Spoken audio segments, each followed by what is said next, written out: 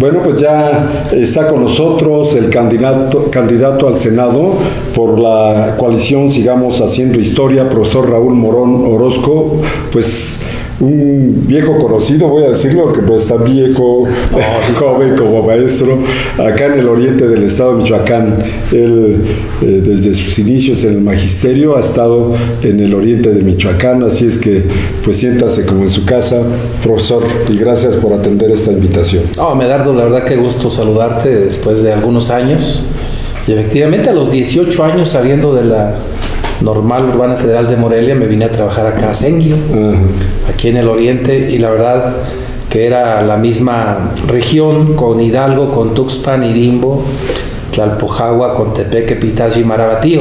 Sí. Entonces teníamos mucha convivencia, todos los compañeros y compañeras de esta región, y la verdad, pues muy contento de estar aquí. Tengo especial querencia por el oriente michoacano. ¿Usted es originario de Chucándiro? Chucándiro, Michoacán, que está en la ribera del lago de Cuitzeo, sí. Tacuitzeo, Guandacareo, Chucándiro, Copándaro, es toda esa ribera. Yo nací en Chucán en 1958. ¿También sus papás son de ahí? Todos mis papás, mis abuelos, toda la familia de ahí.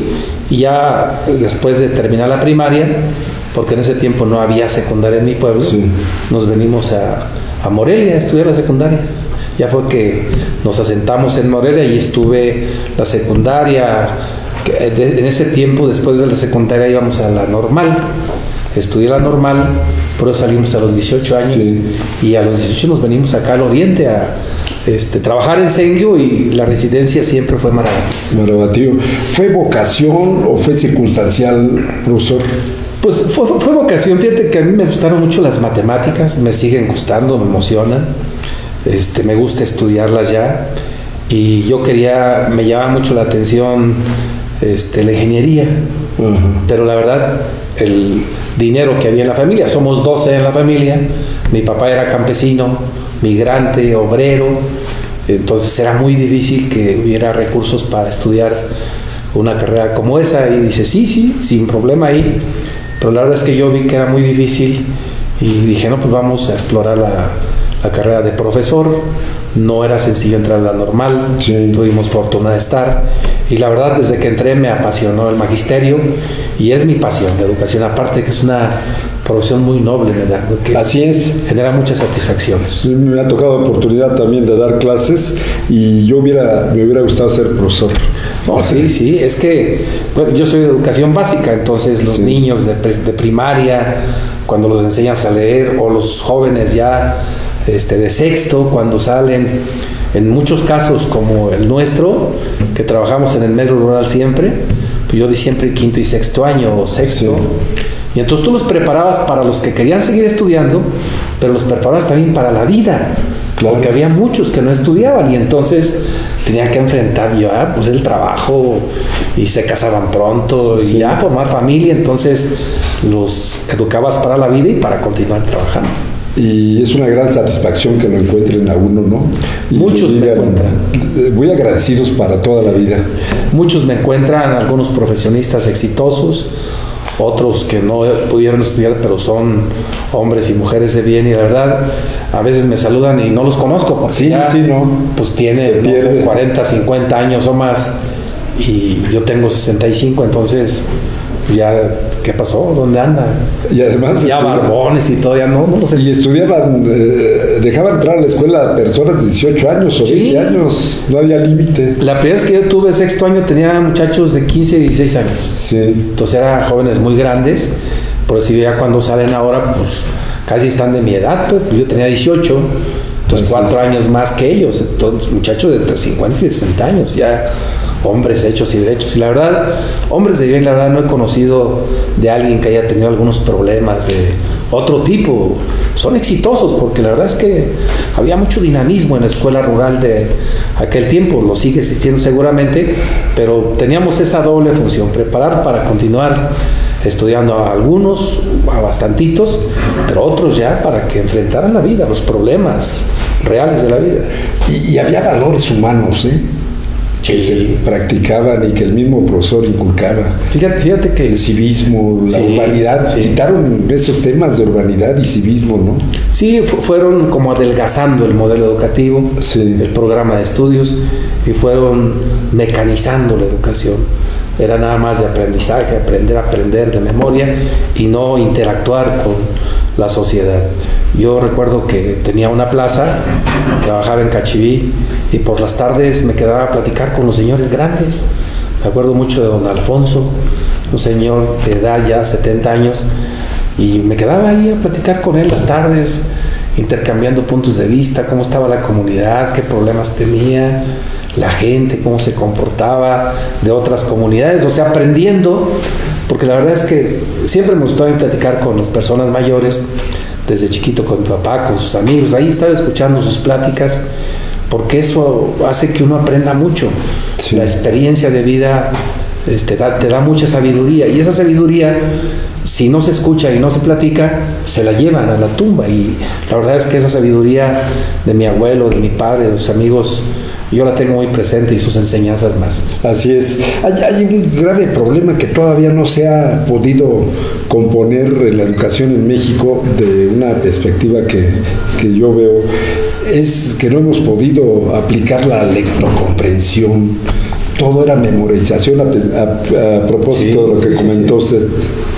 Yo soy, Medardo, un apasionado de la lectura. Leo mucho. En tu casa tengo un estudio que tiene libros ahí en la escritura amontonados, como unos 200, yo creo, porque se me hizo vicio comprar libros. En cualquier lugar que vaya, entro a una librería y compro un título que me llame la atención o que tenga ya de leer. Y entonces ahí tengo muchos libros que estoy estudiando, y la verdad es que eso te da una gran fortaleza, te da mucha agilidad mental, pero aparte te enseña a conocer la historia, la evolución de la humanidad, los problemas que enfrenta. Y fíjate que la humanidad enfrenta de manera cíclica problemas similares. Y entonces que tú los hayas leído o asimilado en algún texto te da a ti mayor posibilidad de interpretarlos y de poder plantear solución a esos problemas. Sí, con las cosas del pasado, pero adecuándolos a la realidad. Entonces la lectura es fundamental, pero una lectura efectivamente que comprendas, que entiendas, que estés leyendo y que estés imaginándote cosas, porque luego en algún momento ya los jóvenes leen, y yo recuerdo a mi hijo que estaba en la preparatoria y... ¿Memorizan o qué? No, es que un día le dije, a ver, me operaron de un ojo por vicio de la lectura, se me hicieron carnosidades porque leí en la noche. Y yo estaba operado, le dije, léeme este libro que estaba leyendo, y lo puse a leer, y estaba en preparatoria, y empezó a leer. Y pues no sabía leer, no hacía signos de puntuación, hacía entonaciones en la lectura. Entonces le digo, oye, tú no sabes leer, necesitas hacer esto, y le enseñé a leer en la preparatoria.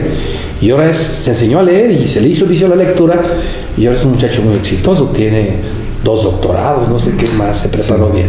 Pero la lectura es la base para entender muchas cosas. Pero sobre todo a enseñar a los pequeños en la primaria a que comprendan, aunque sean cosas sencillas, la lectura.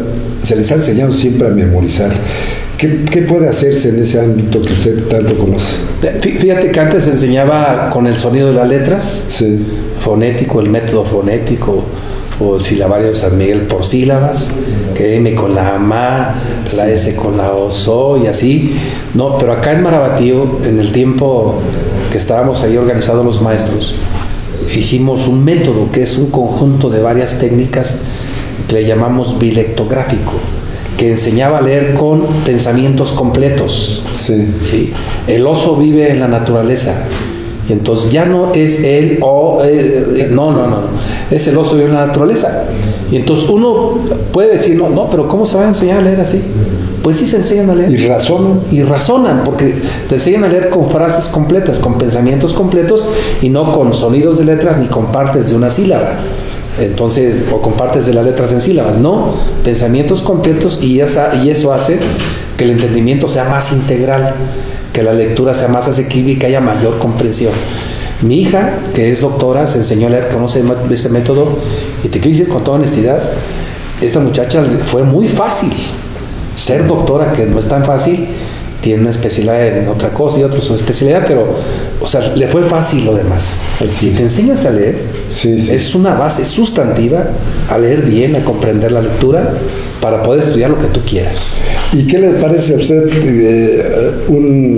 lo que ahora se está manejando, que se pueda aplicar en México, de que no se deje tareas a los niños? Hoy hasta los niños de jardines preescolares llevan tarea a su casa. Los japoneses dicen que hasta el cuarto grado puede hacérseles responsables de que lleven tarea a sus casas. Fíjate que es diferente, porque hay culturas, sobre todo en el Oriente, el Oriente con el Occidente, son dos culturas totalmente diferentes, que por cierto han reñido en toda la historia de la humanidad. Es una disputa que tienen, y todavía, por cierto, todavía China, la India, Rusia, en contra del Occidente, de todos los países de Europa Occidental con Estados Unidos, etcétera, todavía tienen esos conflictos de todo tipo, bélicos y también culturales, pero allá en aquella parte del mundo, pues es el origen de la filosofía y la ciencia, es el origen en gran medida de la ciencia, y acá se asimilan o se vienen algunos desarrollados para acá y acá ayudan al occidente. Entonces yo lo que creo es que son como dos criterios diferentes, y hay que ver la idiosincrasia de los pueblos para poder diseñar un programa de educación o un modelo educativo que esté adecuado a la realidad de los pueblos, contemplando toda la cultura y la historia que tienen, pero también acoplado a los avances tecnológicos, a la ciencia. Y este tema de las tareas, yo creo que sí hay que enseñar a los niños, desde niños, a tener responsabilidad, yo creo. Y a lo mejor no tareas tan grandes, tan agobiantes, que al último quien las hace son las mamás o los papás, sino algo que los niños sí puedan hacer y que ayuden a reafirmar el conocimiento que aprendes en la escuela, porque esa es la función de la tarea. Tú enseñas a sumar y les dejas 2 o 3 sumas, no tantas, para que reafirmen el conocimiento de los niños. Esa es la función de las tareas.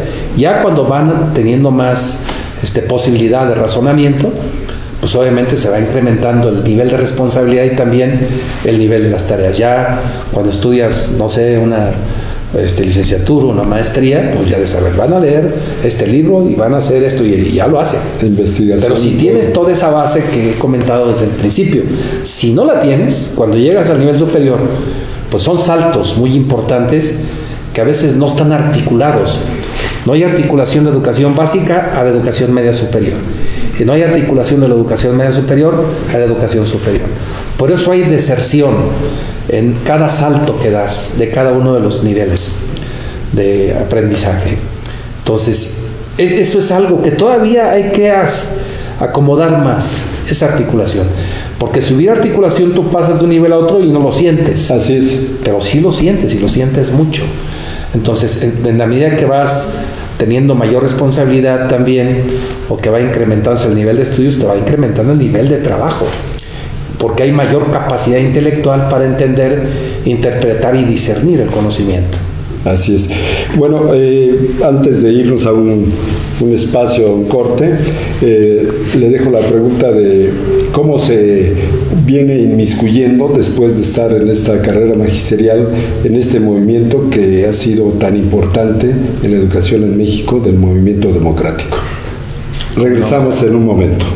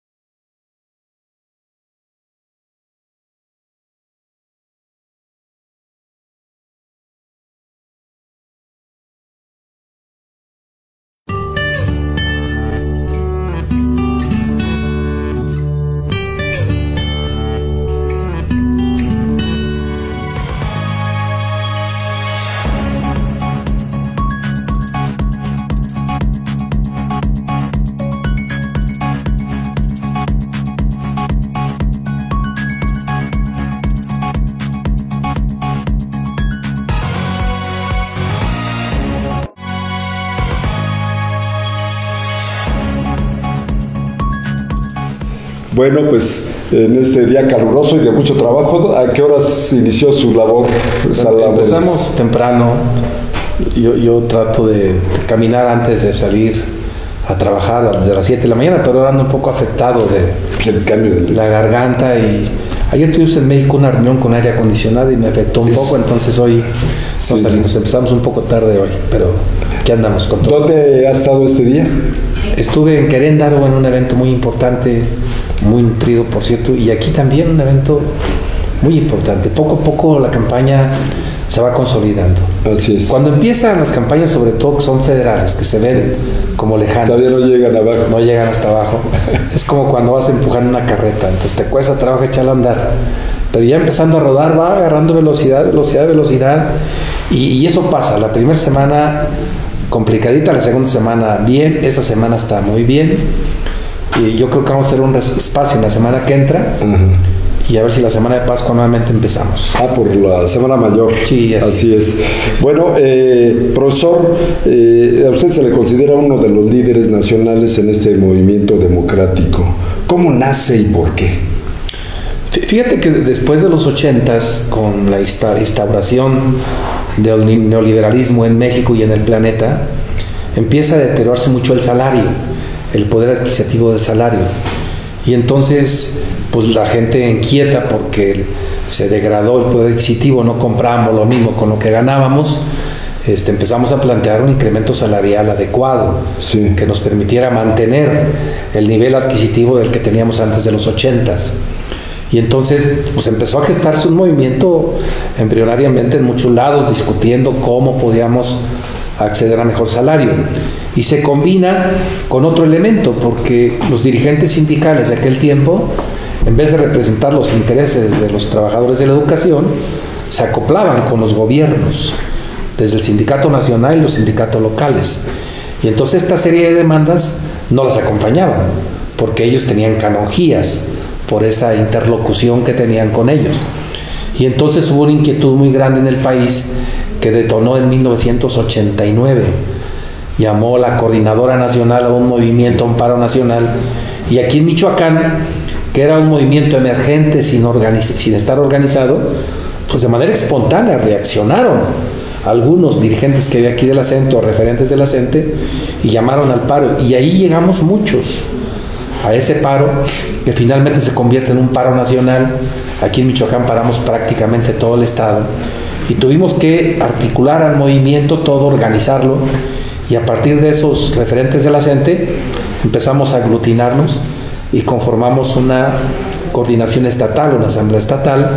De ahí yo era dirigente de Sengio y fui a esa reunión estatal como dirigente de los maestros de Sengio y también de Marabatío, que era dirigente ahí como maestro de educación física. Y desde que me fui de dirigente a esa reunión estatal, ya ahí me quedé prácticamente en Morelia.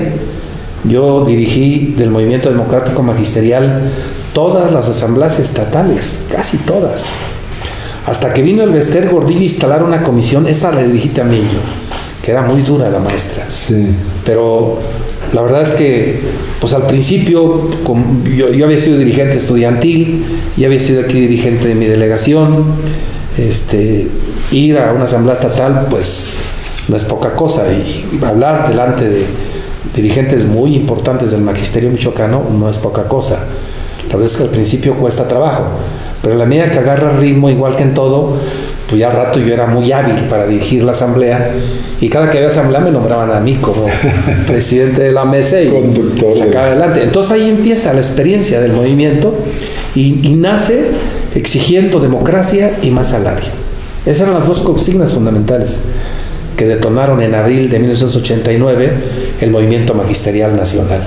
Y es como el parteaguas de donde empieza como la transición a la democracia dentro del magisterio, que por cierto se empata. Tú recuerdas que en mayo del 89 se constituye el PRD. Sí. Entonces es un movimiento que camina como paralelo.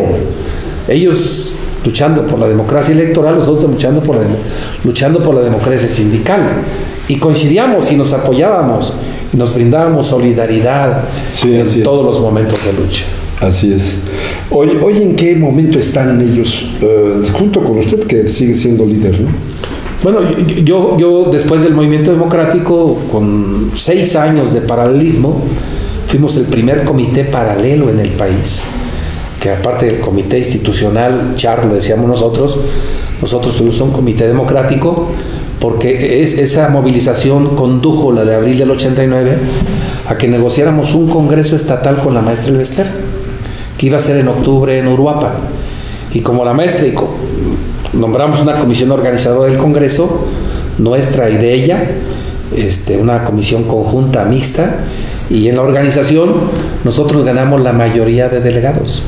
Y cuando la maestra se dio cuenta que le íbamos a ganar el congreso, ya no llegó al congreso de Uruapan, se fue a San José Purúa y hizo su congreso acá. Entonces acá sacaron su comité y nosotros sacamos nuestro comité. Pero como nosotros teníamos la mayoría, fuimos y tomamos las instalaciones del sindicato y ahí nos asentamos, la casa hotel, y ellos andaban en otro lado, nosotros ahí en las instalaciones sindicales. Duramos 6 años. En el 90 nos metieron a la cárcel, te acordarás tú, a un grupo importante, salimos y seguimos luchando hasta el 94, que nuevamente conjuntamos a todos los trabajadores de la educación en el MEBETEM, y concluye el MEBETEM con un congreso en el 95, en abril del 95, donde le ganamos el congreso a la maestra. Lo tenía diseñado para 2 días y fue de 10 días. Trataron de comprarnos a delegados, nunca pudieron, y llegamos con 52 de ventaja y salimos con 52 ganando el comité. Yo fui el primer secretario general. Ahí concluye esa etapa importante del movimiento democrático. Muy duro, muy complejo, muy difícil, porque luchas contra todo el sistema y luchas prácticamente sin nada. Pero la verdad es que la organización que logramos nos permitió luego conquistar el comité. Bueno, interesante todo esto. Mucha gente y sobre todo los jóvenes desconocen esto, ¿eh? Sí. Entonces fue una lucha muy dura, sobre todo con el charrismo. Contra el charrismo. Y te lo cuento en 5 minutos, en 3 minutos, pero si te relatara cada una de las partes, cómo nos apresaron, cómo nos llevaron a la cárcel, la zozobra que teníamos, porque a los que nos separaron, que éramos 17, dijimos, ustedes son especiales, y nos separó las policías, y luego nos conducieron, ya cuando íbamos saliendo, pues nosotros pensábamos que nos llevaban a otro lado, pero no nos llevaron a la Procuraduría, afortunadamente, y ya a interrogarnos y más, y luego ya al hacer eso, y al mes salimos 8, salí yo en esos primeros. Me tocó, por cierto, ir con Beltrones, que era subsecretario de Gobernación, a solicitar una reunión con el presidente Salinas. Y la tuvimos a los 8 días. Vino Salinas a Michoacán a platicar con nosotros. Y ahí me tocó encabezar la comisión. Y yo recuerdo que nos dijo, bueno, yo le dije que íbamos a pedirle que liberara a los compañeros, porque el único pecado que tenían era luchar por democracia, que es el derecho que tenemos a nombrar a nuestros dirigentes, y por más salario, porque el salario estaba deteriorado, y le di cifras y más.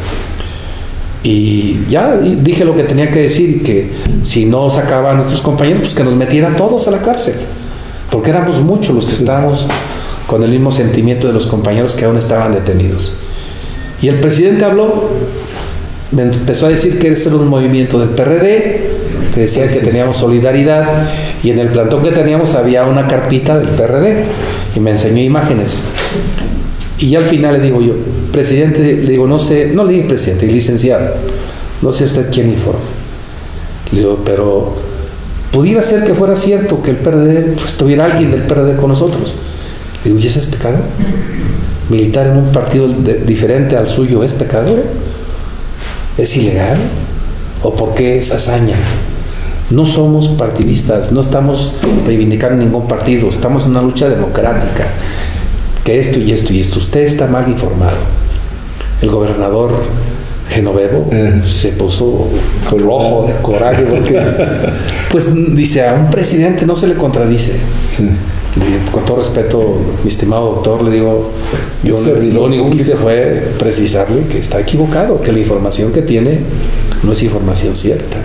Y así como ese detalle, pues muchos detalles de la lucha. Por eso lo relato en 3 minutos, pero es toda una historia, ¿verdad? Ya me imagino, y sobre todo pues las manifestaciones. Vamos a un corte.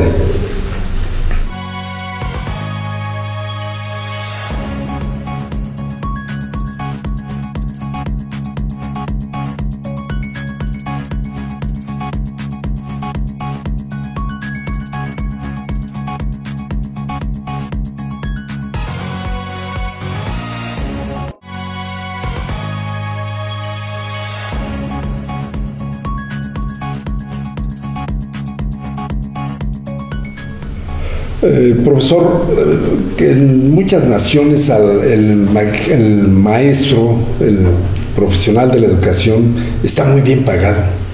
Sí. Es de los que son más reconocidos en la sociedad, pero también se le reconoce con sueldos de primer nivel. ¿Por qué todavía no alcanzamos eso en México? Porque no hay esa cultura todavía. Hay países donde los maestros ganan más que cualquier profesión. Así es. Incluso en Estados Unidos. Claro, en Estados Unidos, en Noruega, en otros, Dinamarca. Se entiende la labor, se comprende a plenitud la labor que tiene el sector educativo, el magisterio, la labor docente, porque es la que forma la realidad, detona el desarrollo de los pueblos. La educación es el elemento fundamental. Quien entiende esto fortalece mucho la educación. Y aquí en México traíamos una inercia de demérito del Magisterio Nacional. O sea, en vez de reconocer al maestro, se le denostaba al maestro. Sí. Y a veces públicamente, por muchas cosas. Porque el maestro también en la última etapa ha sido un maestro que ha estado reclamando, combativo, señalando, ha sido combativo. Ya se le señaló los errores del sistema y ha sido muy crítico. Y yo creo que esa es la función, porque el rol del maestro es transformación, es transformador social. Entonces creo que es la actitud que tiene que asumir. Pero ahora con el presidente Andrés Manuel se quitaron muchas aristas de ese trato inadecuado al magisterio. Faltan cosas por hacer importantes y una de ellas es el reconocimiento salarial. Así es. Ya el presidente hizo una homologación de todos los trabajadores administrativos, técnicos y manuales del sistema educativo y nadie gana menos de 16,000 pesos. Pero por cierto, eso es lo que gana un maestro de base. Entonces, y bueno, sin demeritar a nadie, ganan lo mismo que los compañeros que andan haciendo el aseo en este momento. Sí. O los que ayudan allí en administración en este momento. Entonces, ¿qué se ocupa? Todavía falta mucho. Sí, y eso le platicaba a la doctora, se ocupa un despegue salarial de los maestros. ¿Cómo haces que el maestro se comprometa más para hacer que el perfil de egreso pueda consolidarse y superarse? Que haya un compromiso mayor. Es con salario, es con dinero. Si al maestro le das el 50% de incremento salarial, si le dieras el 100, yo creo que medianamente está compensado, pero si le das el 50, empiezas con un proceso que haces que el maestro se comprometa. Lo vas a tener en la escuela, lo vas a tener preparándose, lo vas a tener investigando y ver cómo creativamente consolida toda la formación del niño joven que le toque en responsabilidad. Y ahora tenemos que competir con el mundo, ya no es entre nosotros los mexicanos. Así es, o sea, aparte de enseñar la cultura, todo lo que nosotros tenemos, que el presidente nos enseña mucho, los regionalismos que tenemos en el país y en los estados, que hay que fortalecer ese conocimiento cultural, también tienes que traer todos los avances tecnológicos que están cambiando día con día. O sea, el modelo ya no es un modelo estático, tiene que ser un modelo muy dinámico. Sí, como las materias o como las ingenierías tienen materias de tronco común y ya cuando derivas a la especialidad, bueno, ya te especializas en eso. Así acá hay algo de tronco común que tiene que ver con valores, con principios que no debemos perderlos nosotros en nuestro país, pero tienes ya que introducir todos los avances tecnológicos y científicos en donde está avanzando la humanidad, porque efectivamente, aunque no queramos, esta es una aldea global y ya nosotros interactuamos con todos. Así es. A favor de todos o coordinados con todos o a veces contra todos. Tenemos que competir y esta es una realidad que no podemos evitar. Así es. ¿Cómo ve a México en el futuro con los proyectos que ustedes tienen como partido, como proyecto de Morena? Yo la verdad que estoy muy emocionado, Medardo, porque mira, estas 20 reformas que planteó el presidente, 18 son constitucionales, ocupan de 2/3 partes, y lo planteado y es excepcional, es construir otro México. Pero los 100 puntos que planteó la doctora el 1 de marzo, que hay que revisarlos con tranquilidad, uno por uno, o a lo mejor agruparlos, lo social, lo político, lo económico, etcétera. Yo creo que dibujan, yo les he dicho a mis compañeros con los que hemos luchado muchos años, la verdad es que esos 100 puntos sintetizan, y las 20 propuestas del presidente, sintetizan como todos los anhelos, las expectativas que nosotros queríamos construir en el país ideal que nos imaginamos siempre, por el que hemos luchado, decíamos, es la utopía de un México diferente es posible, un nuevo México es posible. Entonces, si nosotros somos capaces de acompañar a la doctora en este proceso del 2 de junio, ir con una gran cantidad, lograr las 2/3 partes y conducir al país hacia esto que planteó el presidente y que planteó la doctora Claudia, yo te digo, México va a ser totalmente diferente. Va a haber justicia social, porque va a haber más educación para todos, gratuidad plena, universalidad del derecho a la salud, se va a respetar los derechos humanos y ya va a haber más trabajo, va a haber más salario, etc. Y va a haber más programas sociales. Y cuando todo esto existe, el problema, el flagelo más importante que tenemos, que la inseguridad, va a ir bajando de manera automática, porque estás atacando las causas, no estás confrontándote, porque la confrontación ya la vivimos con Felipe y vivimos las consecuencias de esa guerra declarada por Felipe Calderón, una guerra que seguramente ustedes tienen calificativos, pero que encabezó quien está preso ahora en Estados Unidos, que era parte de ellos mismos. Entonces metieron al país en una zozobra que los siguientes sexenios no pudieron contener y que parece que el presidente empieza a bajar, porque había una tendencia a la alta de los delitos de alto impacto. El presidente lo contuvo y está bajando muy lentamente, no como quisiéramos, pero así de grande era el daño que tenía el país. Por eso yo creo que si esto que han planteado ambos, Andrés Manuel, presidente ahora, y Claudia, que va a ser presidenta, les ayudamos para lograr esas mayorías calificadas, sí podemos soñar con un país totalmente diferente, que es por el que hemos luchado muchos y muchas durante muchos años. Aquí se argumenta que quizás no pueda haber esa separación de los poderes, el judicial, el legislativo, y que se apropie el ejecutivo de ese poder que pudiera ser como argumentan ellos, un maximato, y que el gobernante en turno tuviera un suprapoder. Tienen que ellos justificar su actitud, sí, y claro que tienen que encontrar elementos y argumentos, pero no, yo creo que la autonomía de los poderes del Ejecutivo, el Legislativo y el Judicial tiene que mantenerse, debe mantenerse, sí, obligadamente debe mantenerse. Y la impartición de justicia, que es el tema del Poder Judicial, la reforma que está planteada, o sea, nombrada como se nombra, porque se nombra por la partidocracia. Sí. Los partidos determinan, acuerdan a quién nombrar como ministro de la Suprema Corte. Y una corrupción tremenda, ¿eh? Claro, a quién nombrar como jueces, como magistrados, como consejeros electorales, como magistrados electorales. Y obviamente esos partidos ni siquiera son los dirigentes los que determinan, sino son los que mueven a los partidos políticos. Que tú sabes que detrás de los partidos hay poderes, fundamentalmente el poder económico que determina, y el clero también en parte, una parte del clero, que está determinando qué jueces quiere, qué ministros quiere. Porque todas las reformas que la Constitución ha sufrido desde el 17 tiene que ver con intereses de carácter económico. Se ha acomodado la Constitución, o se acomodó para que la gente del dinero tenga más dinero y la gente del pueblo viva prácticamente en la miseria. Por eso estas reformas están planteadas para que el pueblo recupere su dignidad y conduzcamos al país a un país de bienestar. Ese es el reto, y las propuestas de Claudia caminan para allá.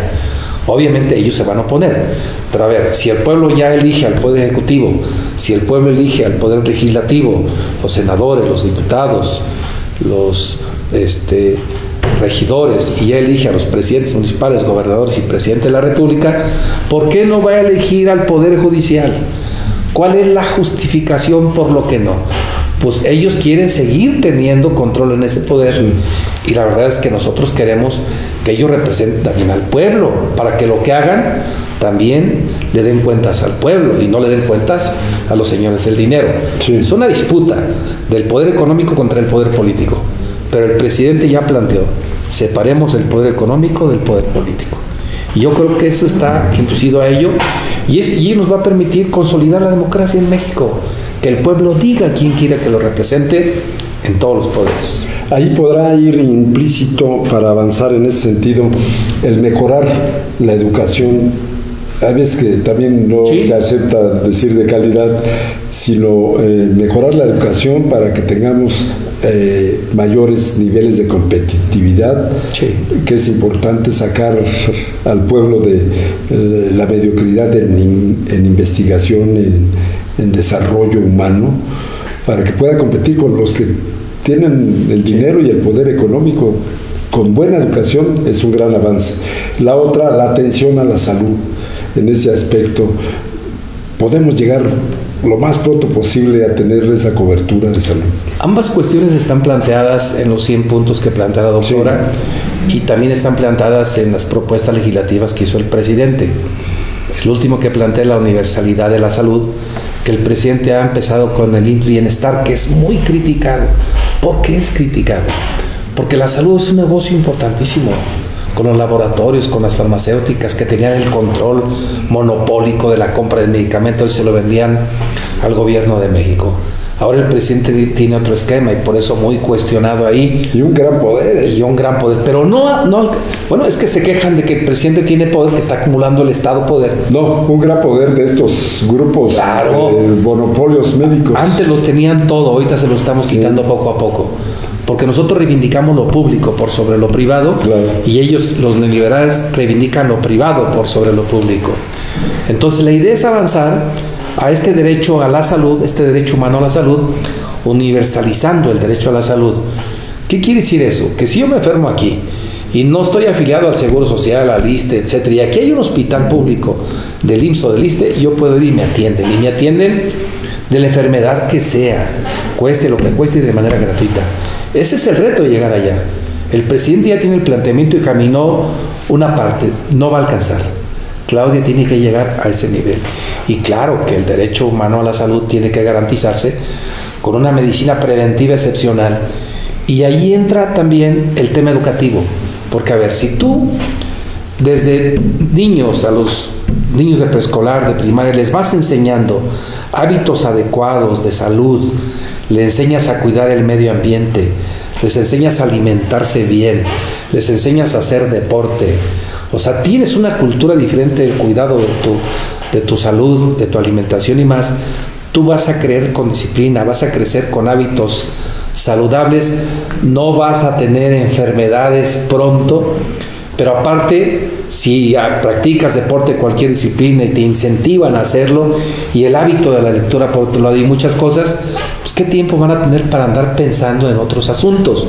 Y tienes certeza de que cuando terminas tu educación puedes integrarte a una planta laboral, una materia de trabajo que te permite ganar bien, estar bien, construir una familia, etcétera, etcétera. Entonces, este es el país que queremos, de oportunidades para todas y para todos, no para unos cuantos. Sí.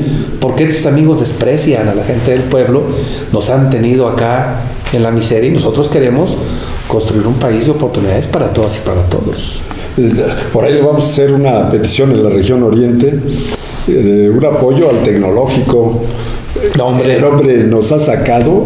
Ahorita, yo aquí tuve trabajando a 3 jovencitos desde el CECITEM, con una seriedad. Ellos venían acá de Pucuato, de Sabaneta, dedicados, claro, honestos, claro, cumplieron. Y hoy uno es jefe de producción en un área de una gran empresa de automóviles japonesa, y se está llevando a todos los del tecnológico a trabajar a esa empresa. ¿Lo tuviste como jóvenes construyendo el futuro? ¿Cómo lo tuviste? No, ellos, yo les daba ellos tenían nada más trabajar 3 horas en la tarde. Entonces, ellos se pagaron con su trabajo. Todavía no había esta beca. Hay mucha intelectualidad, sí, Medardo, y mucha investigación en las instituciones de educación superior. ¿Sabe lo que ha faltado? Que no la hemos ocupado. La michoacana tiene una potencia de investigación, pero, y aparte la michoacana tiene un área que se llama de proyección a la sociedad, o sí, bueno, sí, cómo se llama, pero si la michoacana saliera con toda la investigación que tiene a apoyar, a proponer solución a los problemas que tenemos en el campo, a los problemas que tenemos en el desarrollo urbano o en el crecimiento urbano desordenado que tenemos, híjole, si saliera a apoyar con los jóvenes de medicina, con proyectos de medicina preventiva en las comunidades más rezagadas o en todas las comunidades. Son 55,000 alumnos los que tienen la Michoacana. Sí. Esos que se fueran todos los fines de semana a hacer trabajo social, aparte de los tecnológicos, aparte de las normales que ayudaran a alfabetizar a todos los que tienen dificultades. O sea, la verdad es que las instituciones de educación superior están encerradas en 4 paredes. Sí. Si fueran actuantes, si estuvieran en la sociedad, este país cambiara. Y después de eso, de esa potencia que tienen en los alumnos, la investigación que tienen. Porque hay muchos investigadores de todas las áreas, de todos los sectores de la sociedad, que si nosotros le dijéramos, ayúdame con esto, en cualquier gobierno, sí, claro que ayudan. Antes, todos los funcionarios de los gobiernos eran de la escuela pública, de la UNAM, del Poli, aquí en Michoacán, de la Michoacana, del Tecnológico. Sí, sí, sí. Y tú, en todos los gobiernos neoliberales, ve de dónde venían los funcionarios. Venían formados ya de Estados Unidos o de las escuelas privadas aquí del país. Hoy los maestros del TEC tienen maestría y doctorado y salieron de aquí. Para que veas. O sea que la escuela pública tiene potencia. Lo que quiero es que nos ayuden para que tengamos cuando menos otras 2 naves ahí de aulas, profesor. Yo sin ninguna dificultad. Sí, apóyenos y algo de laboratorio. De veras que está considerado uno de los mejores tecnológicos en el segundo nivel, porque hay 2 niveles en el país, y es de toda la región. Y por otro lado, la Universidad Michoacana, aquí hay el campus que tiene que nos apoye para ver si se viene, y nosotros como ciudadanos estamos dispuestos a cooperar para que se instale el laboratorio que nos pide la rectora de la licenciatura en enfermería, egresados de CONALEP de Zitácuaro y de aquí. La demandan y están ganando muy buenos salarios ahora como licenciadas. Que se viniera aquí a la unidad profesional de Ciudad Hidalgo una licenciatura de enfermería, ahí se lo dejamos de... Sí, las cosas se van dando cuenta con ello. Mira, acabo de platicar con los compañeros y les decía que los nuevos representantes ya tienen que jugar otro rol. Sí. Porque ya no van a ser representantes del viejo régimen. Sí. Estamos construyendo una nueva visión, un nuevo régimen, un nuevo país. Y en todos los representantes van a jugar un rol diferente, debe jugar un rol diferente. Les planteé, vamos a plantear la revocación de mandato, porque los que no estén a la altura de las expectativas de la gente que los nombre, que a la mitad se vaya. Sí. Y que entre el suplente. Y ese que se comprometa. Qué bueno. Sí. Y esto va a obligar a que los gobiernos sean mejores. Sí. Si hay un presidente municipal que va a estar 3 años, y si al año dice no sirve y no sirve, pues que se vaya y que entre otro. ¿Por qué tenemos que aguantar a fuerzas? O un gobernador que no sirva, a los 2, 3, pues ya que se vaya. Claro. No hay obligación de aguantarlo. Entonces la revocación de mandato, la no reelección y varias figuras ahí que traemos democráticas, creo que van a ayudar a abonar a la democracia y van a fortalecer mucho a este sistema político y van a ayudar a ser mejores representantes. Por eso te digo que si las cosas se dan bien, por acá vamos a andar platicando y vemos qué se ocupa, cómo ayudamos a resolver los problemas. Y para finalizar, dentro de su proyecto, la cuestión de la corrupción e impunidad es un grave problema en el país que viene desde la revolución, ¿no? Sí. No, dijo un presidente, un filósofo de la presidencia, que es un asunto cultural, ¿no es cierto? No, la cultura de los pueblos originarios no era eso. Sí, ¿no? Vinieron los españoles y vinieron a contaminar mucho las culturas ancestrales, que eran totalmente diferentes. Sí. Éramos solidarios, nos éramos unos con otros, o sea, y esto vino a trastocar mucho la realidad de este país. Pero ese es un tema pendiente. Yo creo que el presidente, este régimen de Peña Nieto fue el más corrupto de la historia. Sí. Verás, hay que ver cómo se hace algo para desnudar todas las tropelías que hicieron ellos. ¿Pero por qué no les han pedido que regresen lo que se llevaron? Pues algo no nos explicamos cómo muchos, se hace. Algo no nos explicamos muchos, pero hay que ver cómo se hace. Porque ese pillaje que hicieron. Pero mira, el tema de la corrupción desmedida es, de veras, da mucho coraje que sigan haciendo en algunos lugares lo que están haciendo. Yo creo que el presidente se quedó muy arriba en este combate a la corrupción. Falta un tramo muy grande.